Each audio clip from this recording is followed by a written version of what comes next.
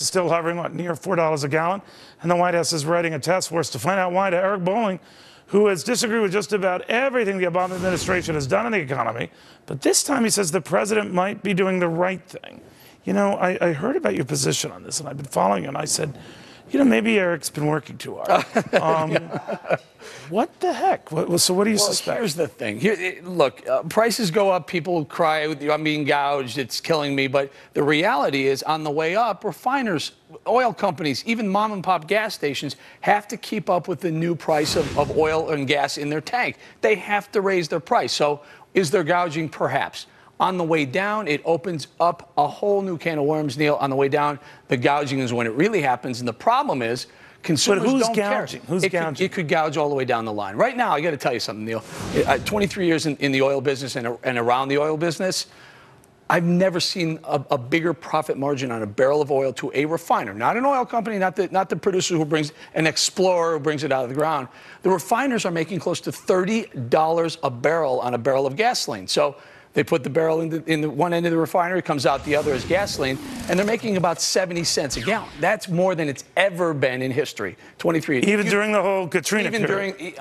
Ever in history, Neil. Really? When I was trading, I'm not trading it anymore, but when I was, a barrel of a profit margin on a barrel of gasoline would be somewhere around $5 or $6. Now it's approaching 60. So maybe there's something in there. I have no problem with profits. It's not a profit thing. I don't think they should look there. What I do think they should look at are on the corners, on the way down, when prices go from $4 a gallon and things start to ease or whatever, and tensions go down.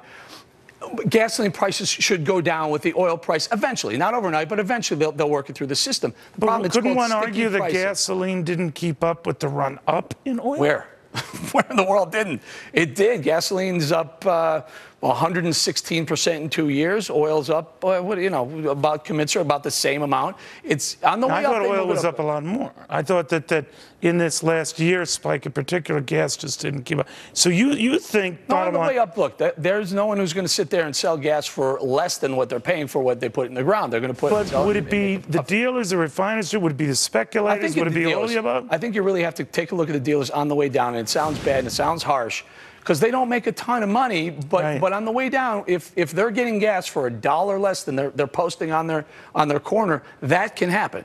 That can happen. But let's say you're right about it. I've never read the document because you're so smart at this stuff, but then they'd all be colluding, right? Because they can. That's one of the issues, and you say, well, bring in more dealers. Because the prices are the same on every street corner. But there's a strange phenomenon in gas dealership. A lot of times, one person or one distributor will control the price for 30, 50, 100 gas stations in an area, and he can keep his price high, even though the world price may be going down or the price in the next town is going down. But if consumers in that area see $3.85 there and $3.85 there and $3.84 there, and it really should be $3.25, then there may be an opportunity for price gouging. And it usually happens on the way down, because people don't complain about lower prices. They don't complain about prices not going down quick enough. They only complain about prices going up quickly. Be that as it may, regardless of who you blame for this, do you think prices go up? They've stabilized of late? I think honestly, I've been on your show for how many years now? Prices are headed north. There's nothing that's really changed in the world oil market. We're still producing about what we're using globally, and there's no real major swing production. That's the additional production. It's about 2 million barrels more. China alone is going to account for 6 million barrel increase over the next maybe 5 to 7 years. Where's it coming from? Okay. So you are on board the Obama re-election committee for that. Eric, what has happened to him, Boeing? 10 p.m. on the Money Tonight, he's been doing Beck's show. Or following. He just cleaned the men's room. The guy has been non-stop. Thank you, Eric, very much. Meanwhile, Democratic senators today unveiling a bill to end tax breaks for the 5 largest oil companies. My next guest says it's okay to ditch the tax breaks, but then let them drill more in exchange. That, he says, would be a win-win. The Institute for Energy Research's Dan Kish joining me right now. Dan, it doesn't sound like a bad exchange. Will we ever see that? Well, probably not, Neil, because this is a huge political issue in Washington, as everything is. The senators who introduced this are the very senators who are the most opposed to drilling for more oil in the United States, starting with Senator Menendez from New Jersey, who has opposed all offshore drilling. So they're the ones who caused the problem. Now they're offering a solution in more taxes.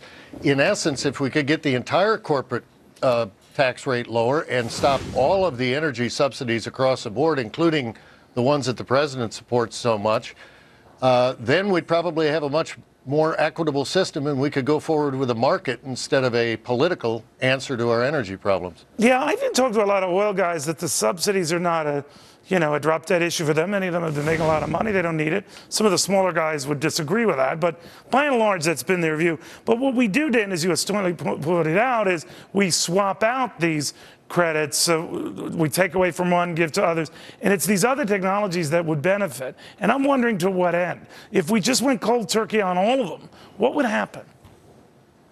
Well, we're not going to run the United States on sunshine, lollipops, and rainbows. And despite whatever the administration says about its energy policy, we're going to be dependent on these sources, and we need to produce them. And I guess the worst part about this, Neil, is that instead of trying to gouge the consumers, which is all that's going to happen if they start taxing, this makes as much sense as taxing the grocery store, increasing taxes on grocery stores right now because the price of food is going up. What we really need to do is produce more oil here at home, and the government is sitting on what the Congressional Research Service says are the largest supplies of oil. But Dan, you're right, but they don't want to do it because they're trying to season these higher prices, I think, to just get us to these other technologies, which at best have been unproven. And if they were such a great deal, people would have flocked to them decades ago. I think it was Jimmy Carter who put solar panels on the White House, and it didn't seem to click. So to what end? Well, and that's the question. The fact is these other technologies are much more expensive. And when the government runs out of money, and I think we're all about to see that, we're going to find that all the subsidies the government gives are going to have to be peeled back, and then the consumer is going to have to pay for these things that the government's been propping up, Neil. And then people are going to see it in their bills, the wind, the solar, the rest of the things that the government is forcing on us. And all that does is make us poorer, because if our energy costs get higher in the United States, we ship our jobs, our industry, and everything else to foreign countries. That's what's been happening. I know, that Dan, will get worse. Our best technologies have never been born on the basis of their tax treatment. It wasn't the case with the internet. It wasn't the case with the early days of the auto industry.